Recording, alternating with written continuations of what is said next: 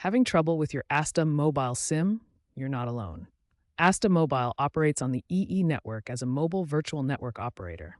Issues often stem from activation errors, SIM swaps, or network provisioning delays. As of October 2025, SIM activation has been streamlined, typically taking under 2 hours through the ASDA mobile app or website. First, ensure your SIM card is properly inserted and your phone is powered on. If you're a new user, follow the on-screen prompts or use the ASDA mobile app to activate your SIM, which requires a Wi-Fi connection for initial setup. If issues persist, try resetting your phone's network settings. A common fix is to power cycle your device, turn it off and on again. Also, check your APN settings. The ASDA mobile APN is ASDA Mobile with no username or password required. If you're still experiencing problems, it might be a network issue.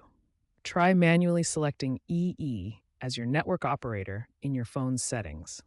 For further assistance, contact ASDA Mobile Customer Service at 0800 952 3000, available from 8 a.m. to 8 p.m. daily. Remember to have your account details ready to speed up the support process.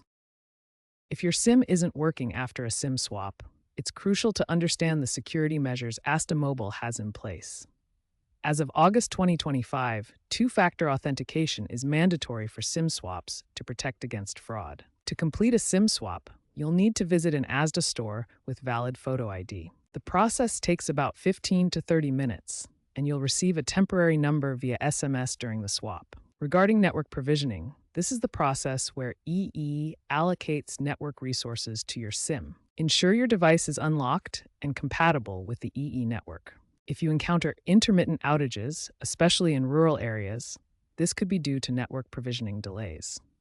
A real-time solution during a mass outage in September 2025 involved ASDA deploying updates via their app, guiding users to force restart devices and manually set APNs. If your SIM still isn't working after these steps, there may be an issue with your IMEI, so it would be best to contact customer support or visit an ASDA store.